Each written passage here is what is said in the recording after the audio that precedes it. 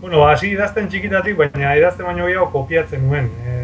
Nuen gustoko gauzak hartu, kopiatu, gaztelu eskoziarretan jartzen dituen nire abenturak, harik eta konturatu nintzen arte, nik eskoziari buruz gutxinekiela, gaztelui buruz are gutxiago, eta bueno, hasi nintzen gurera etortzen, eta gure herrira, gure kontuetara, gurean gertatzen ziren gauzetara, eta hasi nintzen, oso txikitan lagun batek idazten zuen, nire kuadrilako batek, gaur egun ere kuadrilako den batek, idazten zuen, orain ez du idazten, banku batean egiten du lan, baina arek idazten zuen, arek idazten zituen sari, uste 3 lehiaketatan parte hartu, eta hirurak irabazi zituela. Bueno, honek irabazten badu, neuk ere irabaziko, ezta? Bere ekipu golean aritzen banaiz, da jolazten, da beti elkarrekin badabiz, idazten ere, antzekoak izango gara. Eta arek idazten zituen, da nik ez. Haren atzetik, haren hildotik egin dituen lehenengo pausoak, eta bitu, berak erabat utzi du, eta nik jarraitu nuen, txiri aurrate lan egiten, azkematen jendeak uste du, dana da irudimena, dana da buruan zer daukasun, da gehiago da, bertzotan bezala egitea, ensaiatzea, entrenatzea, eta azkenean lortzen dira gauzak.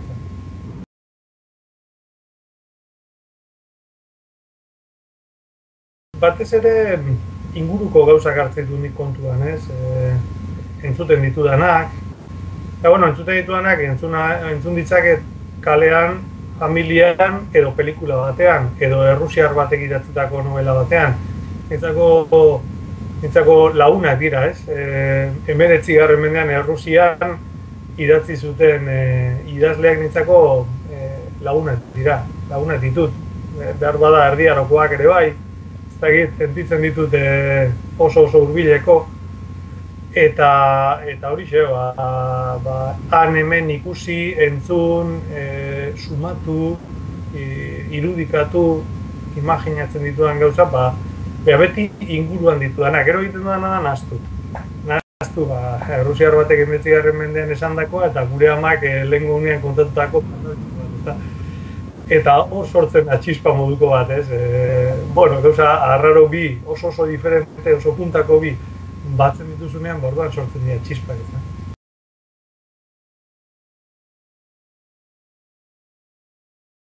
Gutxien errepasoa hor bate dituzu orduak eta ordua, egindakoa irakurtzen, berrirakurtzen, zuzentzen, buelta ematen, kentzen, jartzen. Da hori oso gogorra da nik oso luze egiten dut, behar luze egiten dut, 11 hilabete egiten ditut. Zuzenketak egiten ez, zoratu egiten zara, azkenean ez da gizu zer dagoen ondo, zerk funtzionatzen duen, zerk daukan indarra, zerk ez da gizu, hainbeste eta buruz dakizu novela orain ari naiz itzultzen aurreko novela, eta ez dut irakurri behar, azten naiz esaldi bat irakurtzen eta buruz dakit zer datorren, buruz ikusten dut, buruz ikasten duzu ez? Igual 100 aldiz irakurtzen dut novela osorik, ez da? Eta hori oso nekagarria da, nintzako oso gorra. Gehiena behar bada hasierako momentu hori, ez? Iriak diferenteak dauzkasunean eta nazten zarenean, edo eraikuntza ere oso polita da. Nik alegin egiten dut behintzat, holako egitura bat sortzen, batzuek esatu dut arkitektura moduko bat dela, sortzen eraikin literario bat, dauzkasun ideiekin, eta hori oso gauza kuriosoa da zelan lotu gauza bat beste batekin, eta eskemak ere egiten ditut, eta horretan nahiko ondo pasatzen dut. Eta gero idazte prozesua ere, batzuetan gogorra da, eta beste batzuetan, asmatzen dozunean, hor buruan neuki dozuna, eman nahi izan dozuna, lortzen dozunean ematea, hor sortzen da alako. Nik askotan esatu barra egiten duela idazten duanean, ez? Batzutan lortzen duzunean esaldi perfektu hori, nahi zen duen hori, adierazi nahi zen duen hori lortzen duzunean horre sortzen da dako dakit, epifania moduko bat, eta hor nik behintzat asko izuten du.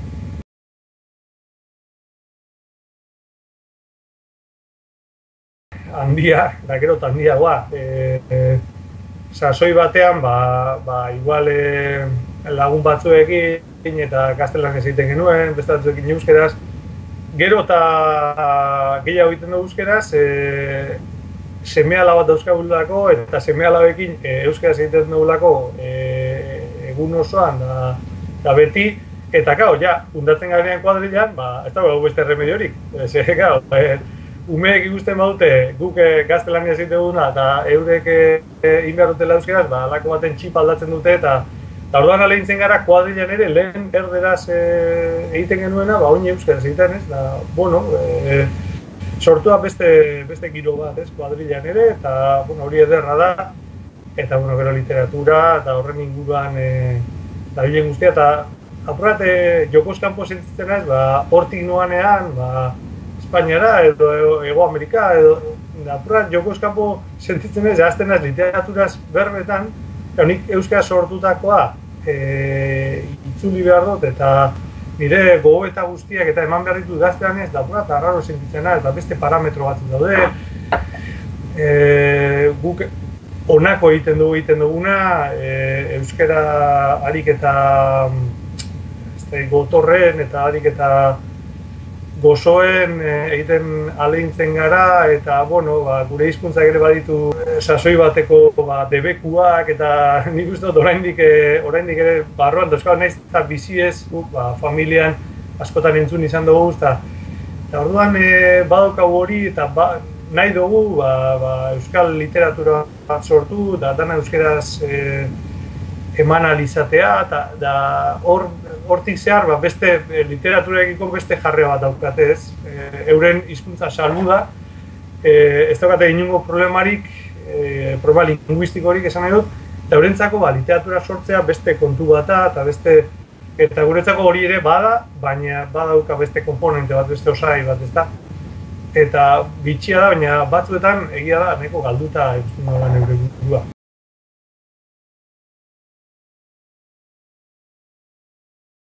Eluke gehi suposatu behar, guk beti daukagu hori buruan, hori egia da, azken inguruan ere hitz egin dut, ikastolak sortu zireneko momentuaz, eta hor gure anaiak behintzat horri bilizien, erdi klandestinitatean, ikastolan, dana zan debekua, batzuk ere kartzeran egin ziren, egon ziren euskara erabiltzeagatik, eskolan edo beste leku publiko batzuetan, da, horrek hor dirau, ez?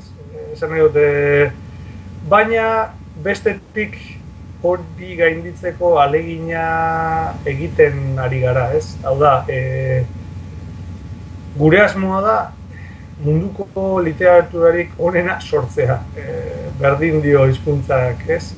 Esan nahi dute, ez dio berdin, esan dudan moduan, baina beste neurri batean, nahi dugu, literatura oso potente bat sortu, da horrek ekarriko du, niri askotan esan diate, adibidez Bartzelonan, esan zian batek, euskara ikasten ari naiz, autore euskaldunak irakurri ahal izateko originalean, ez da? Hori da gure lana, ez? Gure lanaren parte bat behintzat, ez? Euskal Herrian literatura on bat izatea, baina gero kanpora bira ere, itzulpenek ikusten dituztenean, ez, hemen euskara dago, hizkuntza txiki bat da, behituzako gauzak egiten diren, ez? Eta behar bada merezi du, eta behar bada ikertzen hasiko gara, ez? Edo sartuko gara euren munduan, eta analizatuko zer hartatu da hor, eta respetua handiagoz tratatuko dugu hizkuntza, ez? Ez talako guk uste genuen hizkuntza txiki hori inok hitz egiten ez duena, eta ez bada, hizkuntza bizi bata eta behituzako literatura egiteko kapaztan, ez da?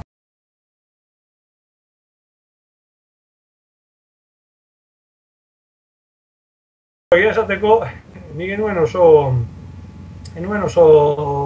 ondo asimilatu orduan oso gaztean nintzen, eta 7 eta 8 urte nituen, da enekien hori zer zan, ez? Esan ziatenean finalistan nengoela, internetera joan, da biratu nuen ia bigarren mailako sariketa bat zegoen, edo ni bertan egoteko, ez, ikusi nuen nortu ziren sarituak, Bernardo Atxagas aparte, hor Miguel Delibes, eta Torrente Ballester, Camilo José Tela talako izen batzuk ziren, eta nik genuen sinisten, hau izango da kategoria bat, eta gurea izango da beste kategoria bat, eta saria eman ziaten, da nik uste, hau izango da momentuko gauza bat, eta nuen oso ondo asimilatu zarzan hori, ez? Gero ikusten, horrek ekarri duena, ez? Batez ere, beste hizkuntza batzuetara indituen itzulpenak, eta importante izan da. Baina, bueno, beste barik, ez? Azken batean, sariketetan beti dago sorte komponente hori, ez? Epaile batzuk daude, epaile horiek erabakitzen dute saria zuri eman behar dizutela, baina halako batean beste 10 epaile egon izan balira, lehenengo biren artean, lehenengo 5 artean ere zinen sartuko, ez? Gustuak, azken batean literatura maila antzekoa da guztietan, da ja gero hor jokatzen duena da gusto kontua, ez? Da orduan, bueno, hor sentituzu, ikustuzu, ez dela hain, ez dozula sinistu behar zurea dela urte horretan publikatu den libururik onena, ez da gutxi horik ere, epaile batzuk egon ziren, da sortea izan nuen, da orain bitu, orain kasualidadez, nire azken liburuarekin berriro nago finalista, hor, eta segurazko ez dut idaziko, bueno, hor nago,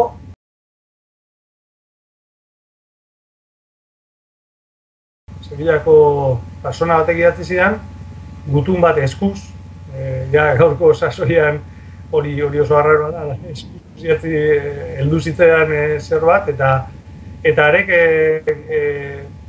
asaltzen zidan, neska launa Donostiarra uste zeukala, bera Sevillakoa zala, eta, bueno, bere neska launaren hizkuntza ikasten ari zala, nahi zuela, egunen batean ona etorrezkero hemen komunikatu izatea, eta euskara ikasten ari izan, han, Sevillan, eta euskaraz irakurri zuen, osorik irakurri zuen bere lehenengo liburua, nire lehenengo izan zala, ez ezeperako tranbia, ez? Osorik irakurri eta osorik ulertu zuela, ezta? Eta eskerrak emateko, idatzian gutun bat, ez? Eta, ez dakit, nik ez dut ikuspegi horrekin idazten, ez? Ez dakit euskaldun berri batek, euskaraz ikasten ari den batek, zer ulertuko duen, zer ez duen ulertuko, zer bilatuko duen liburu batean, ez dakit, baina, bueno, badakit, euskaldun berri horrek, baina euskalduna esan, Sevillakoa esan, baina, bueno, euskalduna bazan mutil horrek, liburu hori irakurri zuela, gustatu zitzaiola, eta goitibera ulertu zuela, ez da, bueno, bada pista bat izan.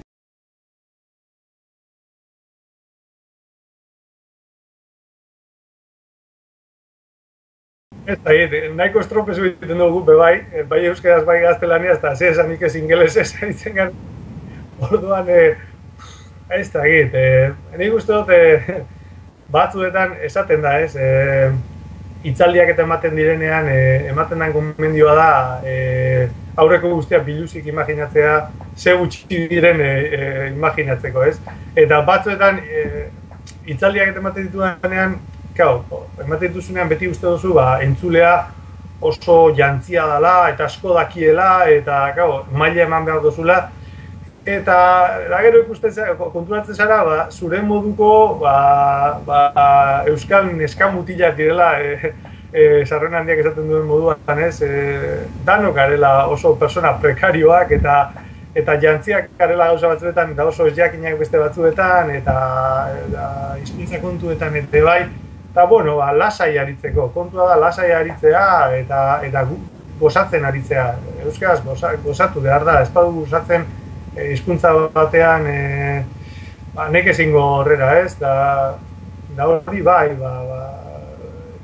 nik seguru dakit euskaldun zar batekin aritzen bazara, da euskaldun berria bazara, da alegin egiten baduzu, euskaldun zar horrek eskertu ingo dizula alegin hori, eta sekula ere ez dala zure kontra jarriko, alegin egiten baldin baduzu, eta launtzeko preste egongo dela beti, eta ez dizula barre egingo, ez duela esango behitu, honek zetxartu hitz egiten duen, kontrakoa ere bai, eskertuko alegin hori, beraz, lasai eta aurrera. Zuei.